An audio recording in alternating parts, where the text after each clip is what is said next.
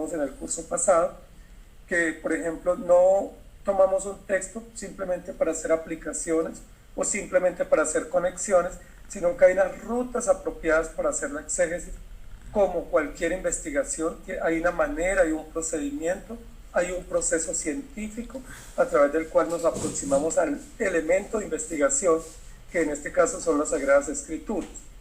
Un tercer objetivo que nos planteamos es conocer la importancia de los métodos para la exégesis. Es decir, ¿qué papel juega la metodología exegética para lograr este objetivo exegético? ¿Cuál es la importancia de cada uno de ellos y qué nos aportan estos métodos en este objetivo que tenemos de interpretar las escrituras? Otro objetivo que vamos a plantearnos en este curso es realizar ejercicios de exégesis multidisciplinar. Posiblemente esta palabra es nueva en el contexto del estudio bíblico, pero no es nueva en el contexto de las ciencias comunes que nosotros conocemos o hemos escuchado.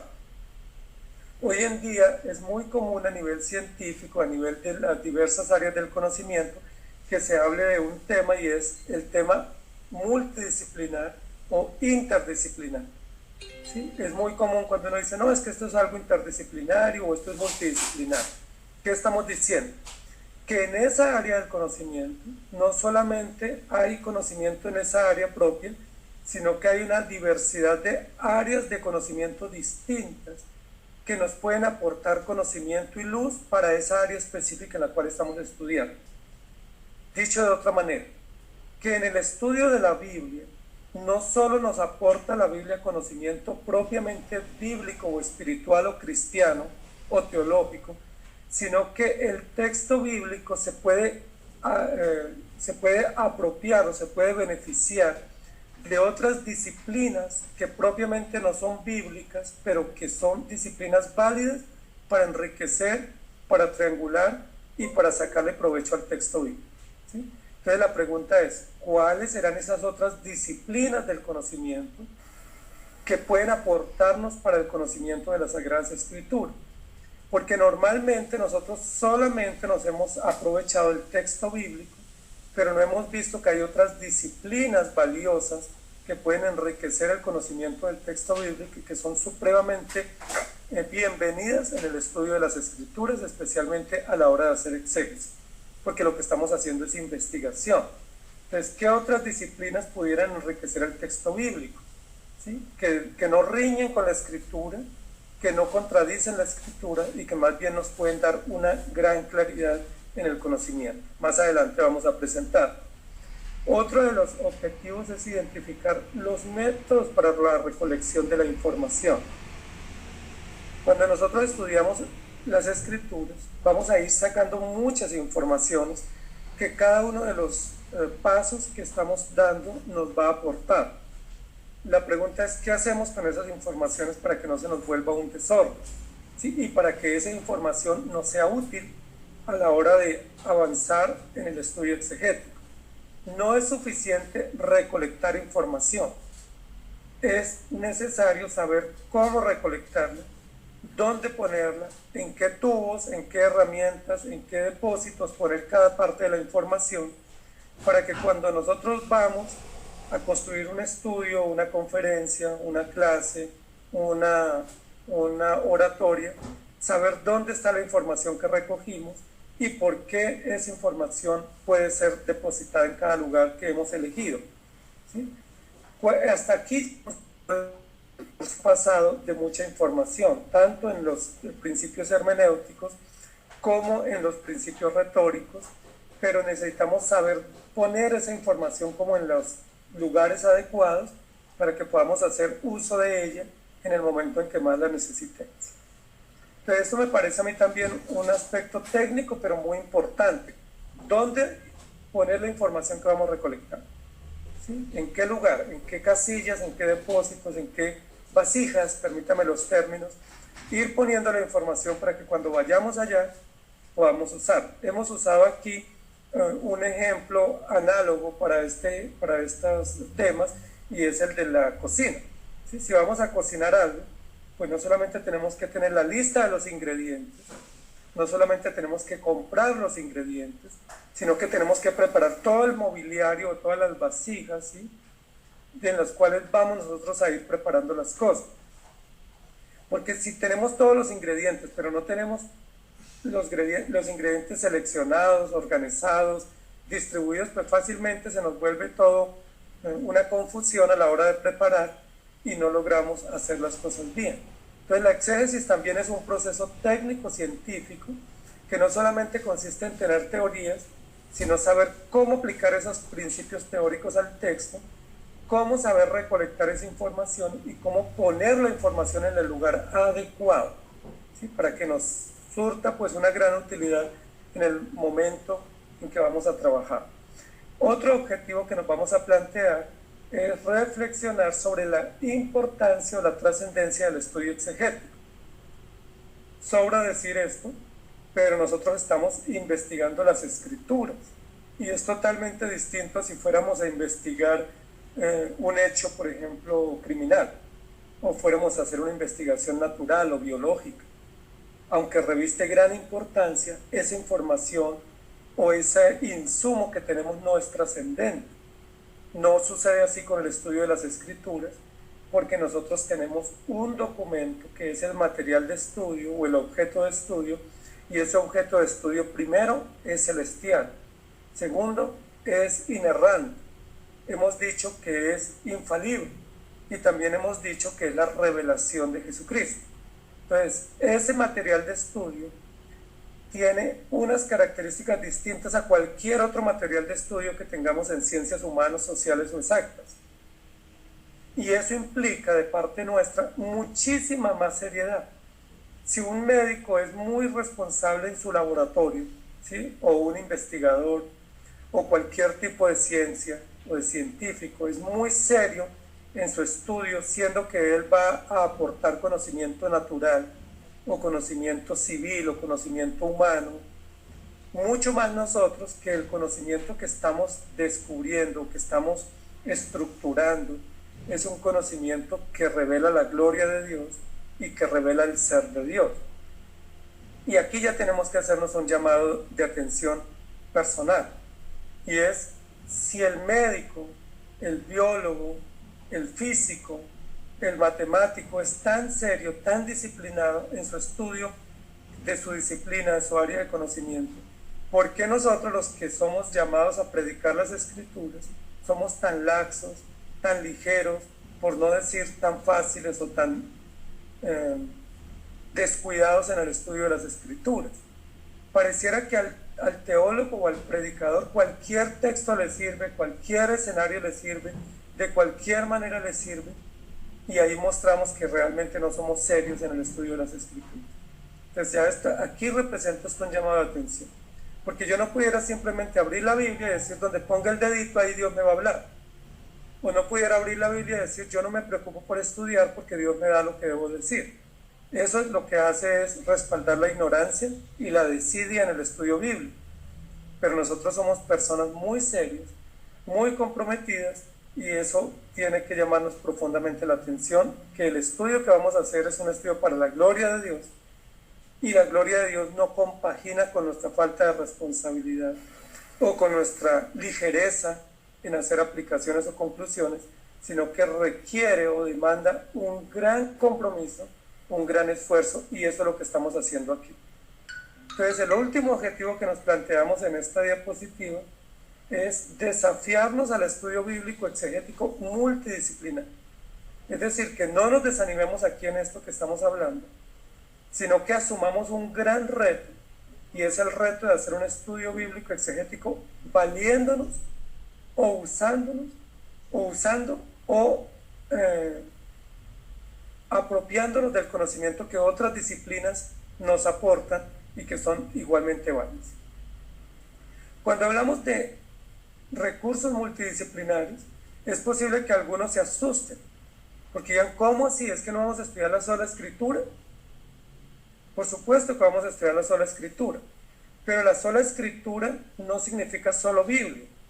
La sola escritura significa solo escritura, apropiándonos o retomando, o reconociendo aportes que otras áreas del conocimiento nos dan y que son igualmente aceptadas y bienvenidas en el estudio de las escrituras. Recuerden que en el curso de hermenéutica trabajamos un plano de sentido que lo llamamos un plano de sentido como natural o histórico, gramatical, o un plano de sentido no dogmático. No sé si lo recuerdan. En ese plano de sentido tomamos la creación como un elemento hermenéutico. Y cuando hablamos de creación, no solamente hablamos de cosas creadas, sino que hablamos de todas las áreas del conocimiento y del diseño que esa creación nos aporta. Entonces, cuando hablamos de elementos de la creación, no solamente hablamos de cielos, tierra y mar, sino qué ciencias naturales, recuerden que hablamos en creación, teología natural, entonces qué ciencias naturales se emparentan con la escritura y nos permiten sacar provecho del texto bíblico. Entonces, posiblemente pudiéramos hablar aquí de la física, de la química, la termodinámica, pudiéramos hablar aquí de las matemáticas, de la historiografía, pudiéramos hablar de la lingüística, pudiéramos hablar de todas las ciencias naturales y las ciencias sociales que harían parte dentro de este principio hermenéutico de la creación, es decir, de la revelación natural. Y hablamos también de un principio hermenéutico vivencial. Acuérdense, el segundo principio en el plano superior que pusimos en la pantalla en el curso de hermenéutica fue una teología vivencial. En esa teología vivencial caben todos los elementos históricos, o todos los elementos civiles, o todos los elementos organizacionales que nos aporta la sociedad y que hacen parte del texto bíblico. Entonces, en esta mañana vamos a comenzar a desarrollar todo lo que hemos dicho aquí en los objetivos por la primera parte, que son los principios exegéticos. ¿Cuáles son los principios exegéticos esenciales o básicos con los cuales nosotros podemos trabajar para hacer la exégesis de manera pues mucho más centrada en temas y no simplemente como decir voy a hacer exégesis sin herramientas? Nadie se va al campo de trabajo sin herramientas. Todos sabemos a qué actividad vamos a ir y dependiendo de la actividad son las herramientas que vamos a usar. ¿Sí? Por ejemplo, el médico si se va a su consultorio, pues él no se va con un balón de fútbol o con una sudadera. El médico sabe exactamente cuáles son las herramientas de trabajo que él necesita en ese lugar de trabajo y son las que lleva. Si va el joven o el niño al colegio o a la universidad, pues él sabe exactamente qué herramienta necesita. Nosotros cuando vamos a la iglesia sabemos qué herramientas necesitamos para la iglesia. ¿Sí? Nadie llega o nadie debería llegar a la iglesia con gafas oscuras y con una gorra. No, porque nosotros no vamos de paseo, no vamos de picnic, vamos a la iglesia y hay unos instrumentos o herramientas básicas que debemos llevar. Entonces ahora vamos a hacer exégesis bíblico. Imaginémonos que vamos a nuestra oficina o a nuestro laboratorio donde estamos procesando toda la información. ¿Qué herramienta necesitamos? ¿Sí? ¿Cuáles son los principios que necesitamos para hacer la exégesis? Entonces vamos a ir poniendo aquí en esta pantalla la información y podemos ir visualizando, tomando apuntes lo que yo quiero decir. Entonces, en primer lugar, tenemos que saber qué es lo que entendemos por exégesis. Hay muchas maneras técnicas de definir el concepto de exégesis. Yo procuro hacerlo más sencillo porque no todos tenemos facilidad para elementos técnicos y porque a veces los elementos técnicos, si bien es cierto, nos enriquecen el lenguaje, a la hora de la verdad nos causan un problema porque los tecnicismos a veces nos distraen de lo que queremos hacer. Entonces yo soy bastante práctico, entonces yo voy a definir la exégesis de la siguiente manera. ¿Qué es la exégesis? La exégesis es el proceso o es el ejercicio de interpretar, explicar y comprender un dato o un hecho. En este caso estamos hablando de la Biblia, entonces la exégesis consiste en el proceso de interpretar las escrituras, en el proceso o en la tarea de explicar las escrituras y en el proceso de comprender ampliamente todos los datos o todos los elementos que se presentan en un texto bíblico o en una unidad literaria de la Biblia. Entonces, yo no me voy a complicar con conceptos técnicos, simplemente quiero que nos quede claro eso. ¿Qué es exégesis? Exégesis es el ejercicio de interpretar, explicar y comprender las Sagradas Escrituras o las porciones o las unidades temáticas de las Sagradas Escrituras. Eso es la exégesis básicamente. Entonces, en términos de definición, no es un ejercicio muy complejo, es bastante sencillo, porque todos sabemos que un pastor, un maestro, un teólogo, un coordinador de escuela dominical, un maestro de escuela dominical, pues cuando tiene que dar una clase, pues necesariamente tiene que explicar, tiene que interpretar y tiene que comprender. Es decir, necesariamente todo maestro, todo predicador, todo pastor tiene que pasar por este dato, por este paso previo a la exposición, que es hacer exégesis, para que cuando él esté exponiendo o predicando o enseñando, pues él puede interpretar, explicar y comprender con facilidad, porque ya lo ha hecho previamente en su lugar de estudio este ejercicio. Algunos de ustedes saben muy bien que hay sectores del protestantismo o del evangelicalismo que dicen no es necesario estudiar. Lo único es tener el Espíritu Santo, orar, meterse con Dios y Dios le dice que tiene que decir. Eso suena muy interesante, pero no es lo que la Biblia dice. Yo voy a ponerles aquí 2 versículos, hay muchos más textos en la Biblia, pero 2 solamente que nos puedan iluminar sobre este principio exegético. Segunda de Timoteo 2:15 dice: procura con diligencia presentarte a Dios aprobado, como obrero que no tiene de qué avergonzarse, que usa bien la palabra de verdad. Ese texto, que es uno de los textos que Pablo escribe para Timoteo, un joven ministro, es un texto que le indica o le invita a ser muy responsable con las Sagradas Escrituras, a ser diligente, a ser esforzado, a ser un obrero muy dedicado, que no pase vergüenzas, que no pase afrentas o humillaciones, y que traza bien o usa bien la palabra de verdad. Aquí está hablando tácitamente de un proceso de investigación y del carácter y actitud que debe tener el investigador o el intérprete o el exégeta a la hora de hacer el trabajo investigativo. Lo debe hacer con diligencia, con gran esfuerzo, con gran dedicación, como un obrero fiel, como un obrero comprometido, que al final del día termine trazando o delimitando o perfilando muy bien la palabra. Entonces miren que esto está en contra de lo que muchos hoy en día nos dicen: no, eso no hay que estudiar. No estudie, y menos estudie en un seminario. Eso simplemente ore y pídele a Dios sabiduría y abra la Biblia y explique. O no dedique tiempo en comprar o dinero en comprar libros o en hacer clases, porque lo que usted necesita es simplemente orar, ayunar y abra la Biblia, que Dios le abra. ¿Sí? Y muchos han caído en esa línea de pensamiento, que es una línea pues muy irresponsable, muy negligente en cuanto al estudio bíblico. Juan capítulo 5 versículo 39, el Señor Jesús mismo dijo: escudriñad las Escrituras, porque a vosotros os parece que en ellas tenéis la vida eterna, y ellas son las que dan testimonio de mí.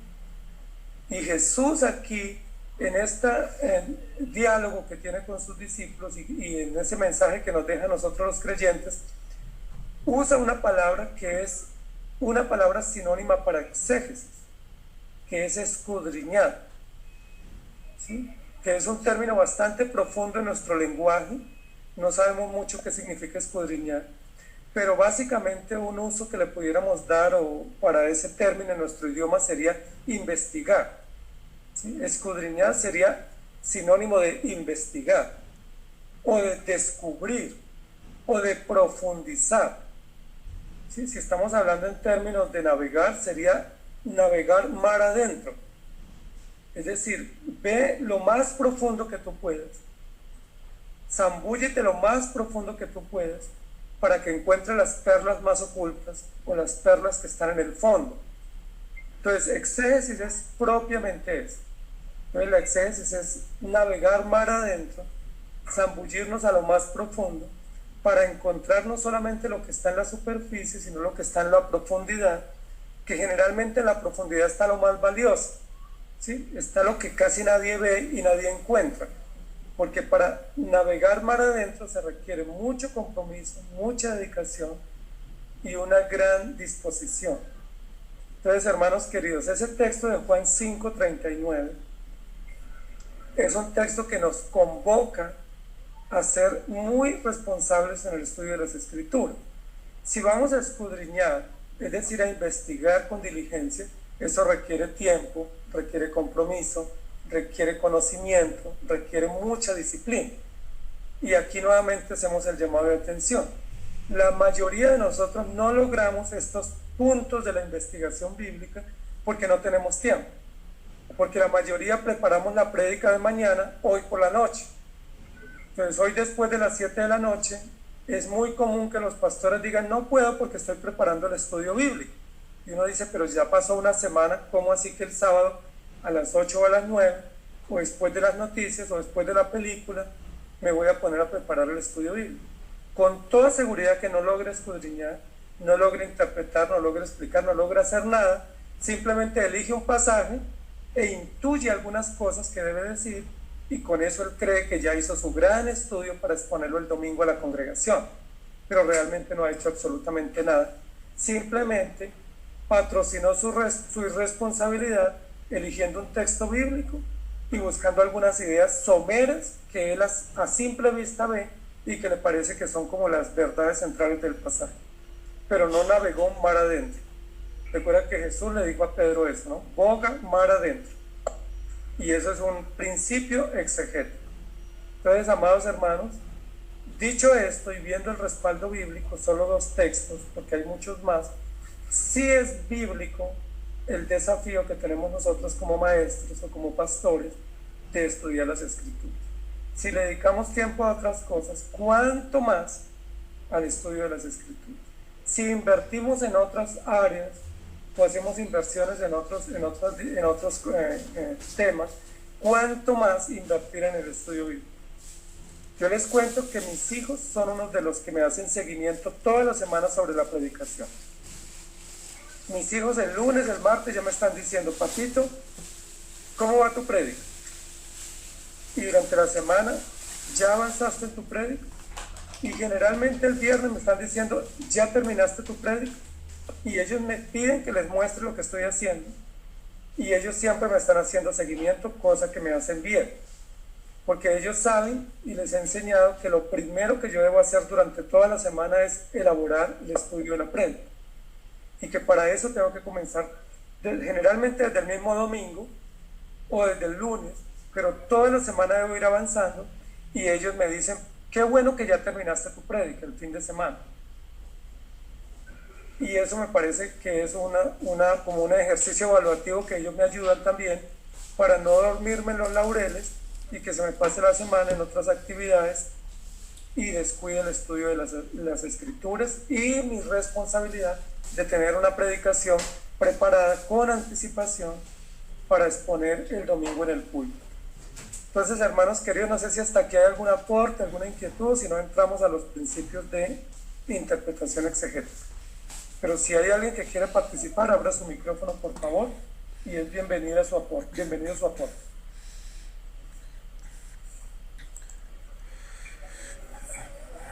Pastor, en este momento nosotros tenemos que considerar que una cosa es el ejercicio hermenéutico, que es previo al ejercicio exegético, porque por lo general nosotros cuando estamos haciendo la parte hermenéutica terminamos haciendo la exegética sin considerar, y por eso muchos se terminan equivocando, porque en la parte de hermenéutica uno considera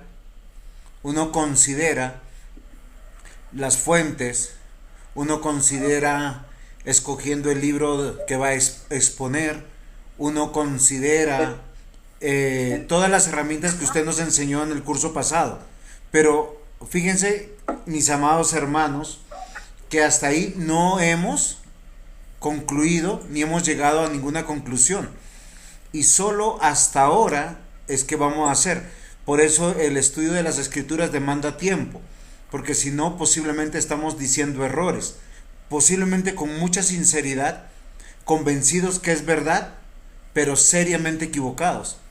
Y es preciso que en este momento, cuando el pastor Ismael nos empiece a exponer este panel como de abejas, que es un panal al final, nos va a ayudar, porque es ahora cuando recién vamos a poder a considerar conclusiones.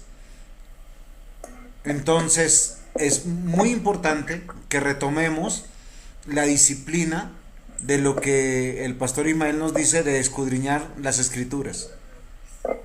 Gracias. Muy bien, Pastor Juan José, muchas gracias. No sé si hay otro aporte, otro compañero o compañera en este momento.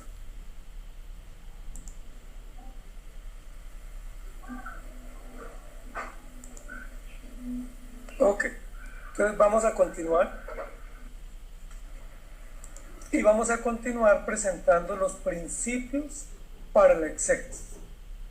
Y esos principios para la exégesis son los que nos van a permitir interpretar, explicar y comprender cada detalle del texto o de la unidad de la pieza literaria que vamos a elegir, y a la luz de esa interpretación, explicación y comprensión es que vamos a poder concluir o aplicar. Recuerden que hay un fenómeno en el pueblo evangélico por la ligereza nuestra, y es rápidamente aplicar. ¿Sí? Normalmente, y lo vimos en los ejercicios que hicimos cuando participamos, que uno rápidamente está diciendo, aquí dice esto, aquí está significando esto, pero no puedo tener la comprobación. Y si hablamos del estudio bíblico como una experiencia investigativa, no podemos llegar a ninguna conclusión sin tener la prueba. Es decir, si yo no tengo un elemento probatorio, yo no puedo arriesgarme a decir esto significa tal cosa, porque para que pueda decirlo tengo que tener una prueba o una evidencia o una comprobación, y esa es la única manera como yo puedo testificar que eso que se está diciendo es así. Entonces, ¿estamos de acuerdo?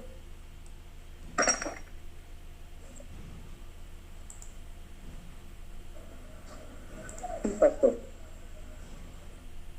Ok. Entonces, vamos a poner acá en la pantalla, comenzar a poner los 4 principios exegéticos básicos para esta disciplina. Entonces, el primer principio exegético es el principio gramatical. Es decir, para la exégesis, o mejor, la exégesis se beneficia de la gramática. No se puede hacer una exégesis bíblica sin un recurso gramatical o sin un elemento o componente gramatical que nos dé a nosotros todas las herramientas para poder comprender el texto. ¿Por qué? Porque el texto o la unidad que estamos estudiando es una unidad literaria, y las unidades literarias o las piezas literarias se constituyen de una gramática o unas reglas o unas características propias del lenguaje, que es lo que nos va a permitir entender. Entonces, ¿en qué consiste este principio gramatical? Consiste en entender el significado original de esa porción o de esa unidad literaria. Nos permite comprender el lenguaje de esa unidad, el tipo del lenguaje y las características, y nos permite entender los principios propios de la gramática de esa pieza literaria. Entonces, el principio gramatical es un principio básico de la exégesis. ¿Por qué? Porque cuando vamos a interpretar un texto, como su nombre lo indica, es un texto, el texto está construido por un lenguaje y tiene un sentido, tiene un significado, tiene un propósito, y ese lenguaje está constituido por una gramática, porque toda lengua tiene gramática para que sea un idioma o sea un lenguaje. Entonces, sin el lenguaje y sin la gramática de ese lenguaje, es imposible que podamos entender en términos gramaticales esa pieza literaria. Entonces, ese es el primer principio exegético que nosotros tenemos a mano o a disposición para poder hacer la exégesis bíblica. El segundo principio que tenemos es el principio literal. ¿Sí? Principio literal. ¿Por qué? Porque cuando nosotros analizamos un texto, tenemos que analizar esa pieza literalmente, es decir, tenemos que buscar comprender el sentido literal del texto. Aunque el texto sea simbólico, aunque el texto sea lleno de figuras, ese texto está presentado de manera literal, tiene un primer plano literal que no podemos despreciar, y ese plano literal se robustece con un texto y un contexto que preceden y anteceden esta unidad y que no podemos despreciar. Entonces, el principio literal es otro principio de la exégesis bíblica.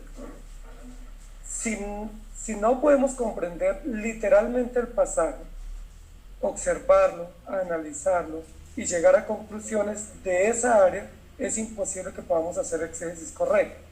Recuerden que cuando hicimos el ejercicio hermenéutico, básicamente la observación que hicimos fue a nivel literal, no gramatical. Hicimos una observación, ya tenemos adelantado un poco este paso, porque en el ejercicio hermenéutico observamos el texto muchas veces, y observamos las oraciones, y observamos el sentido, y observamos un poco el contexto, que es básicamente el principio que le aplicamos a la exégesis. Luego tenemos otro principio, y ese principio exegético es el histórico. La historia nos ayuda muchísimo a enriquecer la interpretación, porque recuerden que dijimos que la Biblia es una historia, y que la Biblia está constituida por muchos elementos y datos históricos.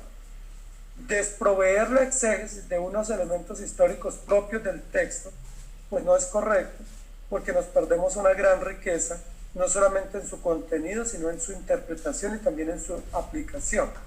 Entonces, cuando hablamos de elemento histórico o principio histórico, estamos diciendo que necesitamos interpretar dentro del contexto, dentro del entorno, los elementos históricos originales. Es decir, qué datos históricos originales nos aporta el texto y cómo esos datos históricos nos permiten o nos dan pie para interpretaciones con más sentido y con más ubicación y no simplemente a priori. Cómo esos elementos históricos del texto nos arrojan a nosotros comprobaciones para afirmar o para no afirmar algo que estamos diciendo o que a veces a simple vista el texto nos quiere decir. Entonces la parte histórica juega un papel importante porque nosotros sabemos que la historia también es un elemento de la interpretación y que la historia es la historia de Dios en las Escrituras. Entonces ahí tenemos otro principio hermenéutico. Y aquí vamos a poner un último principio hermenéutico, un último principio exegético, que es el principio sociocultural. Cuando hablamos de elemento sociocultural, estamos buscando comprender cómo era o cómo se constituía o cómo se configuraba la sociedad y la cultura en ese momento histórico del texto o del autor del texto. Es decir, qué elementos sociales, culturales, organizacionales, de vida, hacían parte de la vida y de la práctica de la comunidad que recibió este texto, o de la comunidad a la cual se le dirigió el texto, o del escritor el cual tomó la tinta y el lienzo y comenzó a escribir. Entonces, este principio sociocultural busca entender el texto y el contexto en términos sociales y en términos culturales, de costumbre y de vida. Y esto es un elemento muy importante. Entonces, amados hermanos, recuerden que en la parte primera de los objetivos hablamos de una exégesis multidisciplinar. Es decir, de un ejercicio interpretativo que se vale de varias áreas del conocimiento para enriquecer su conocimiento. Entonces, cuando estamos haciendo exégesis, aquí lo podemos ver, no solamente tenemos la Biblia a la mano, sino que además de tener la Biblia a la mano, tenemos que revisar ese texto o esa unidad literaria que queremos investigar y a esa unidad literaria hacerle varias aproximaciones con diversas áreas del conocimiento o diversas ciencias. Una de ellas es la gramática. Recuerden que la gramática es una área de conocimiento muy válida en el estudio de las lenguas y de los idiomas y en el estudio de la comunicación. Entonces la gramática juega un papel supremamente básico en las relaciones diarias y en la comunicación diaria, porque todos nos comunicamos todo el tiempo y todo lo que comunicamos es lenguaje, y todo lo que es lenguaje tiene gramática, es decir, tiene principios gramaticales y tiene una ciencia gramatical que tiene que ponerse en su lugar para que la comunicación sea fluida y sea clara.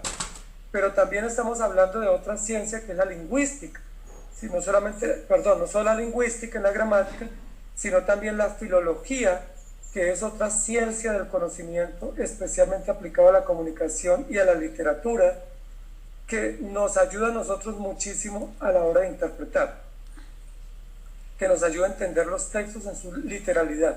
Pero aquí tenemos en la pantalla otra ciencia que es la historia, ¿sí? Cómo la historia, que es otra ciencia humana, ciencia social, nos aporta para el estudio de las escrituras.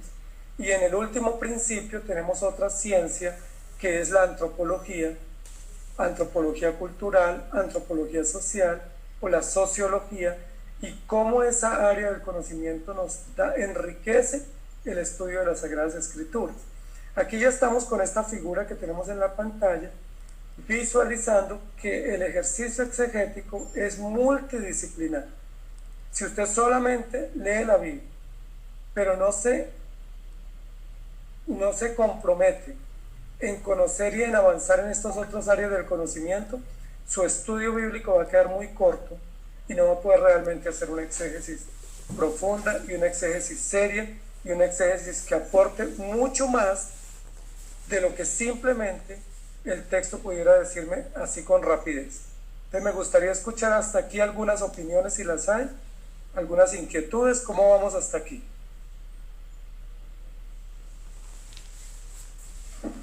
Vamos bien, profesor, gracias.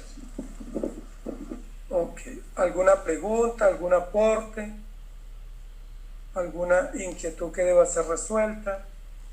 Pastor, pues creo que este tema de exégesis es supremamente importante para todas las personas que predicamos el Evangelio, pero obvio nosotros porque predicamos, pero debiéramos todos aplicar exégesis a lo que estudiamos, y así evitaríamos tantos errores que se enseñan en diferentes lugares, y de hecho que en otros tiempos también nosotros los cometimos, pero fruto de hacer el buen exégesis y estudio, investigaciones en todas las áreas, nos lleva a dar unos sermones mucho más amplios y sustentados en la palabra, pastor. Muchas gracias. Ok, pastor, aquí cuando estamos diciendo esto, no estamos diciendo que tenemos que ser sociólogos, antropólogos, filólogos, lingüistas, historiadores, no. Pero lo que estamos diciendo es que el texto bíblico tiene elementos de todas estas ciencias o áreas del conocimiento, y que yo no puedo desproveer mi interpretación de la gramática, es decir, no puedo disociar la interpretación de un texto de la gramática, porque es que el texto está compuesto de gramática. No puedo desproveer mi estudio bíblico de los asuntos literales, porque el texto fue construido como una pieza literaria. No puedo desproveer mi interpretación de elementos y datos y figuras históricas, porque el texto pertenece a un momento histórico, a una realidad histórica propia y específica. No puedo ignorar eso, pero tampoco puedo ignorar costumbres socioculturales del momento o del escritor o del lugar donde se construyó el texto, porque el texto no fue escrito en el aire. Es decir, nadie que escribe para nadie. ¿Sí? Yo escribo a veces, pero yo nunca cogería un lápiz y un cuaderno o una hoja y decir, oye, estoy muy desprogramado, voy a escribir para nadie. No, eso no existe en la mente de un escritor.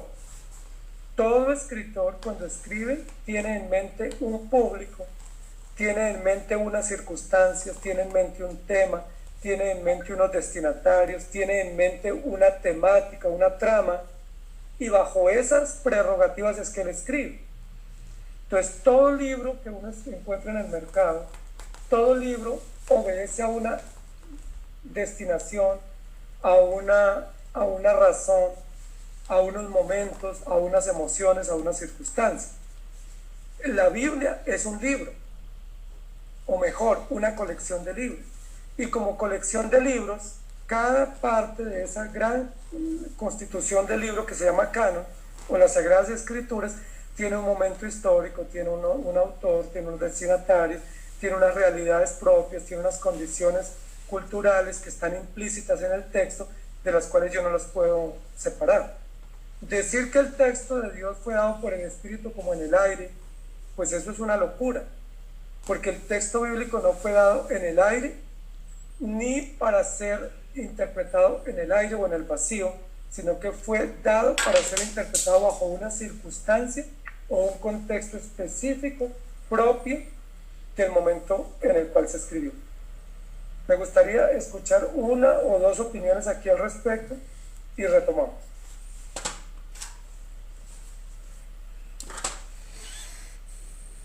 Ojalá de los hermanos que no han hablado.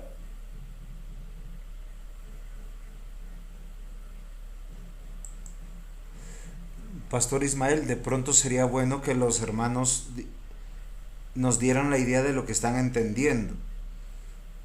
¿Cuál es el punto de mi observación? No porque no se entienda lo que usted está diciendo, se entiende, sino que ¿qué importancia tiene leer a la luz del momento histórico, sociocultural, y cómo se entiende esa expresión gramatical o literal?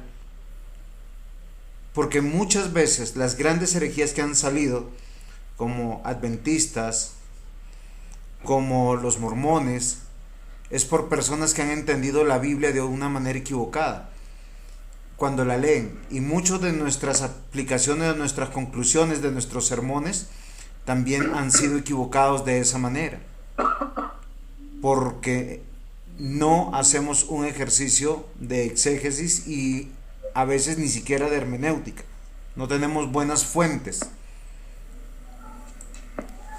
Pastor Whitson. Exactamente. Y Pastor, cuando hablamos de la parte histórica, si tomamos una porción de la escritura del Nuevo Testamento, un ejemplo del Nuevo Pacto, podemos rastrear también lo que allí se nos dice con pues inicialmente con el Antiguo Testamento, ¿verdad? Que sería lo que va a corroborar lo que estamos diciendo, y también tomar otras herramientas, pues como acá se lo está diciendo, por fuera de la escritura, y por supuesto que respalden lo que allí se nos dice. Entonces, esa parte histórica inicialmente la deberíamos tomar es de la misma escritura, como lo dice la hermenéutica, ¿no? La Biblia se interpreta a sí misma. exactamente, pastor. Inicialmente todos los elementos que estamos diciendo aquí están ya en el texto. O sea, no hay que imponerle estos elementos al texto, sino que ya el texto está provisto de una información propia que le pertenece al texto. Aquí no estamos diciendo de cuáles son los aditivos al texto.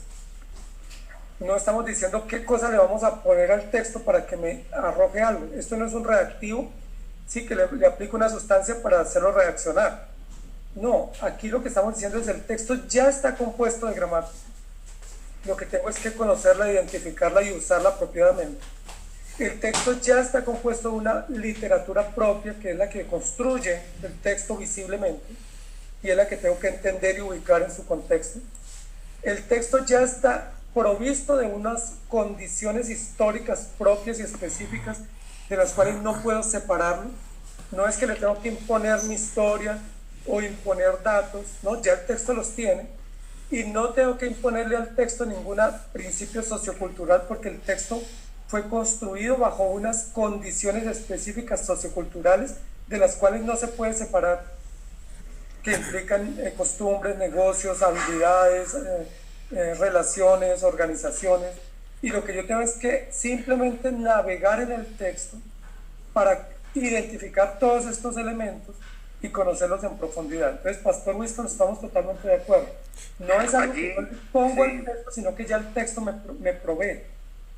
Allí también se debería tener en cuenta a la hora de buscar las fuentes, ¿verdad? Porque como hay tanta información a través aún de la misma historia, entonces saber qué fuentes son las correctas para también nosotros no adaptarlas, sino robustecer también la información que vamos a dar y la exposición que vamos a hacer, porque pues hay mucho libro, hay mucho escritor acerca de la historia y también cuando se busca esos datos hay contradicciones, entonces sí sería bueno también tener en cuenta de qué fuentes tomamos, ¿no?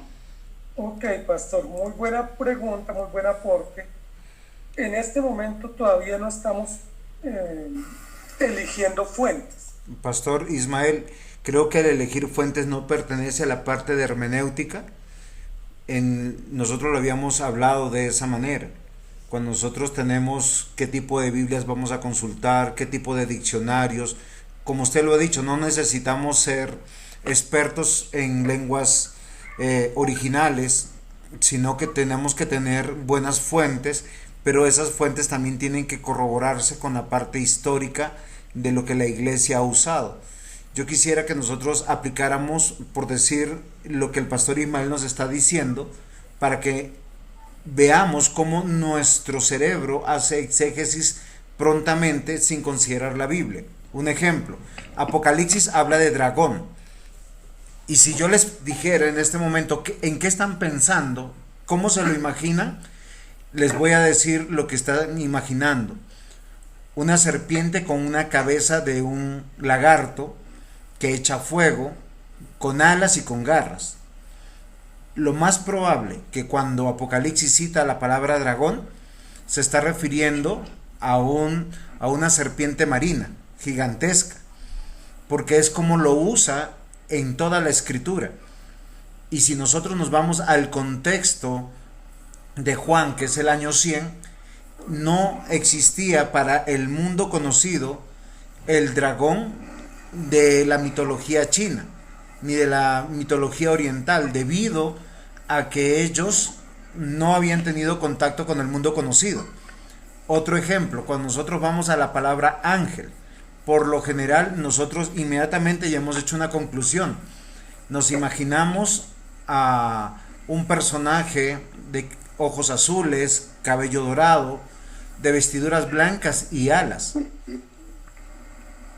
Pero cuando nosotros nos vamos al contexto literal histórico y sociocultural, la palabra ángel era de un mensajero, no era de alguien como celestial. Y si era celestial, también lo imaginaban como una persona y sin alas. Esto es muy interesante. Pero nosotros por eso tenemos que frenar nuestro preconcepto, porque muchas personas ven íconos, símbolos, e inmediatamente prejuzgan. Por decir, una de las cosas que nosotros tenemos que hacer, vemos un cuello clerical como el que yo aparezco en la foto, inmediatamente pensamos iglesia romana, pero nunca nos damos a la idea de ir a la historia de la iglesia y saber que los protestantes, la iglesia evangélica, la iglesia del Señor, la iglesia bíblica, se separó con este cuello clerical para dar una distinción de su servicio y su pertenencia al Señor, porque rápidamente nosotros hacemos una exégesis de todo sin hacer esta previa consideración que el pastor Ismael nos está diciendo. Leemos e interpretamos y no hacemos el ejercicio. ¿Qué significaba esa palabra en la carta de Juan, en el libro de Apocalipsis, para que nosotros podamos entender? Así pasa con las copas, así pasa con los sellos, así pasa con las trompetas, así pasa con todas las metáforas y símbolos que están ahí. Porque nos saltamos la historia, nos saltamos el concepto cultural, nos saltamos el significado propio de la palabra, ya que las palabras cambian de significado con el tiempo. Y sería importante que consideráramos que nosotros nos hemos equivocado en mucho cuando hemos practicado de manera ligera un principio de exégesis. Muy bien, pastor. Entonces, mira, ahí ya el pastor nos dio un ejemplo bueno sobre sobre cómo rápidamente nosotros hacemos conexiones. Y Apocalipsis sí que se ha prestado para conexiones a priori, especialmente de tipo mitológico y de tipo gnóstico, y no propiamente de tipo bíblico, o de la información natural o cultural propia de cada momento. Entonces, vamos a continuar, hermanos y hermanas. ¿Les parece? Sí, señor. Muy bien, entonces lo que vamos a hacer aquí ahora es intentar identificar un poco más en qué consiste cada uno de estos principios para que podamos aplicárselos al texto. Entonces vamos a ir avanzando. Entonces, ¿en qué consiste el área o el principio gramatical? Entonces, el principio gramatical tiene básicamente 4 componentes, que uno es la sintaxis, el otro es la etimología, el otro es la morfología y el último es la semántica. ¿Sí? Esos son los 4 elementos del área o del principio gramatical. Es decir, cuando hacemos un análisis gramatical tenemos que pasar por esos 4 elementos. El primero es la sintaxis. La sintaxis tiene que ver con la manera como está organizado un párrafo o una unidad literaria. Es decir, cuáles son... Sintaxis sería como lo que nosotros coloquialmente llamamos oraciones. ¿Sí? Entonces, un sintagma es una oración. La sintaxis tiene que ver con cómo están organizadas las oraciones en esa pieza literaria. ¿Qué tipo de oraciones tenemos? Oraciones largas, oraciones cortas, oraciones complejas, oraciones con conectores, oraciones separadas, oraciones precisas. ¿Qué tipo de oraciones? Es decir, ¿cuál es el estilo sintáctico de esa pieza?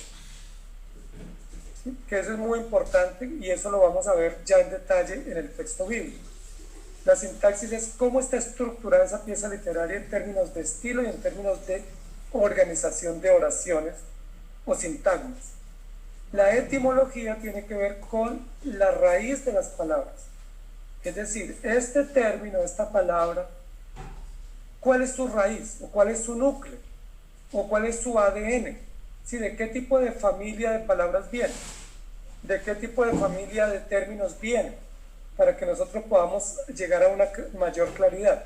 Cada palabra en cualquier idioma del mundo tiene una raíz o tiene un núcleo, ¿sí? O tiene un ADN.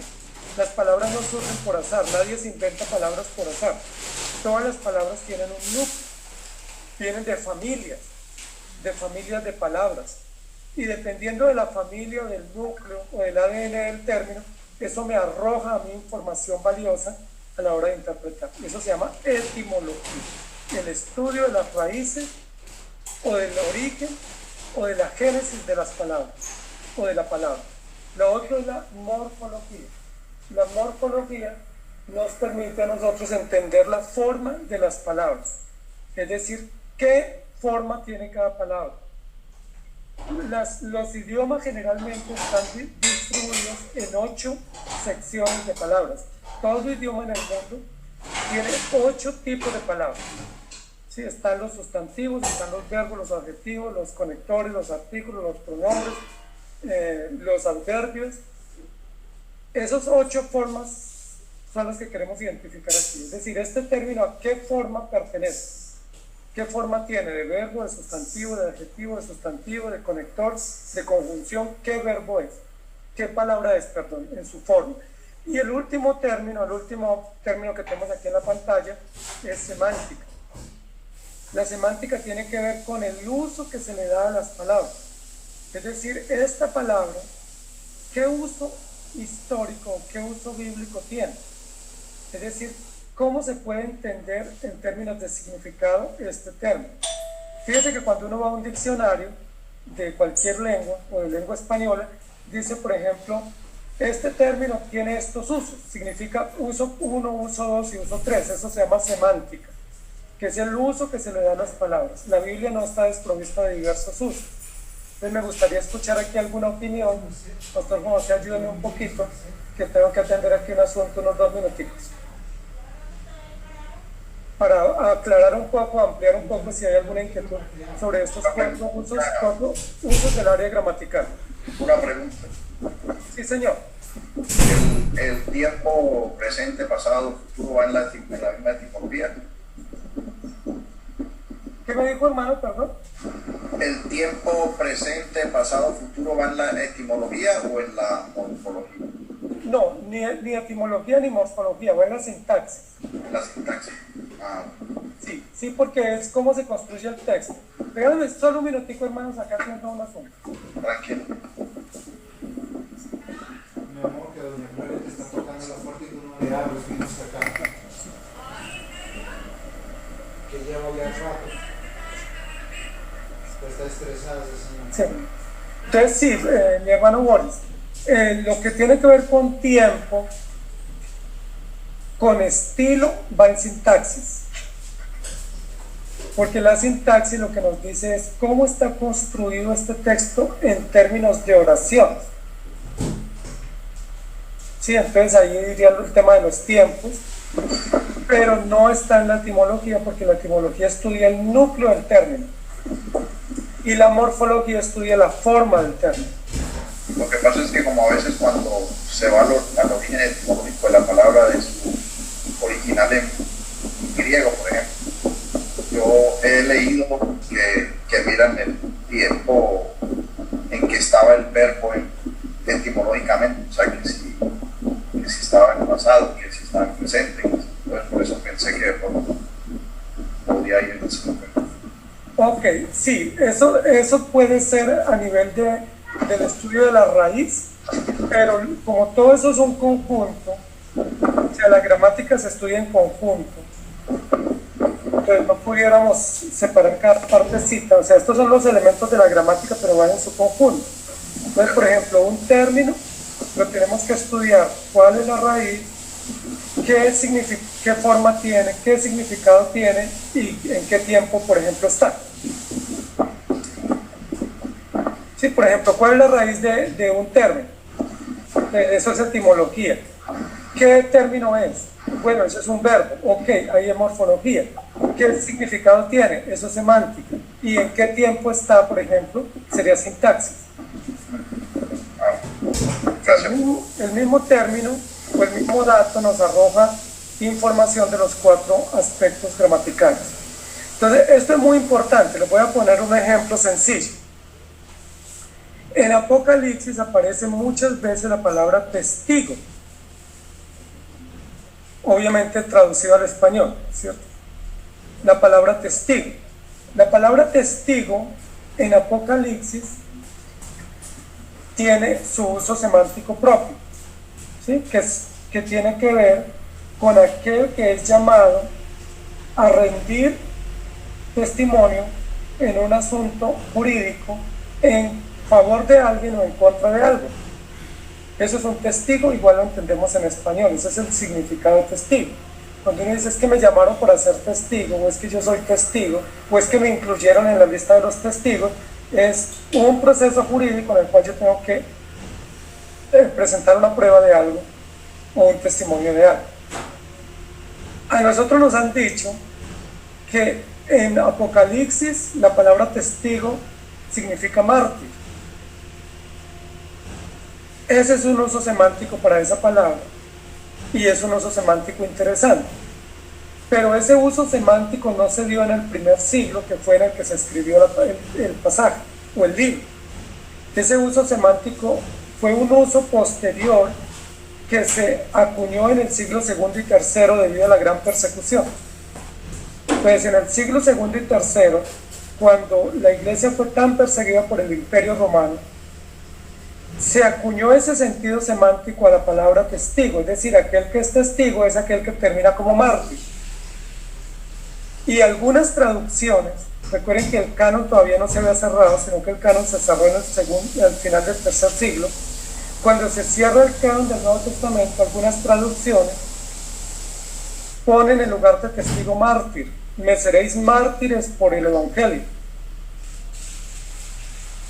Ese sentido o uso semántico es posterior a la escritura del texto. Es decir, Si yo voy a exponer ese texto pues, donde habla de un testigo en Apocalipsis, yo no pudiera decir que un uso semántico original es mártir. Yo sí pudiera decir que ese es un uso semántico posterior para ese término, debido a la condición civil y política que vivía la iglesia y los creyentes, y que se acuñó ese uso semántico, pero no es el uso semántico original, es decir, no es el significado original.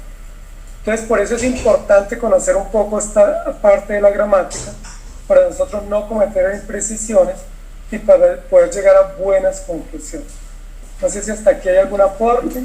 Sí, pastor, tengo una pregunta. Lo que pasa es que cuando usted dice que es un uso semántico posterior al cierre del canon, yo creo que tendríamos que mirar entonces ahí el significado etimológico, porque hasta donde yo, si no mal me equivoco, tengo en mente, cuando dice testigo, está hablando de marturios en el griego, y es de mártir. Entonces, para mí, desde el original, viene siendo mártir, pero entonces, de acuerdo a lo que usted dice, esa palabra en griego debería decir otra cosa, no mártir.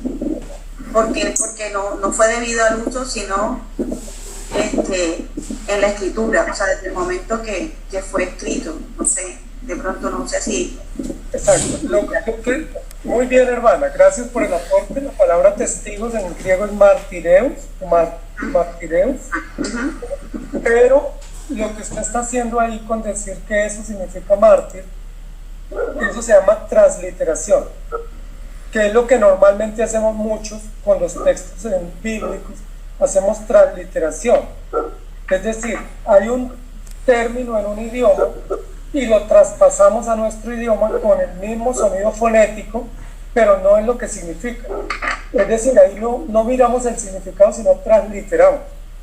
¿Qué es lo que pasa con muchos términos, por ejemplo, de los otros idiomas que uno incorpora en la lengua de uno? Si, por ejemplo, uno dice martireus, pues mártir. Sí, pero eso es una transliteración. O igual, por ejemplo, eclesía, lo transliteramos como iglesia, pero eclesía no significa iglesia. Eclesía significa asamblea de personas trasladadas de un uso común para un uso distinto. Eso significa eclesía. Pero cuando hacemos transliteración, que no es traducción, que no es interpretación, sino transliteración, decimos eclesía igual iglesia. ¿Sí me hago entender? Porque como que nos suena más afino, más parecido. O martireus igual mártir. Pero eso se llama transliteración y no es lo más correcto, porque en la interpretación no se debe transliterar, sino que se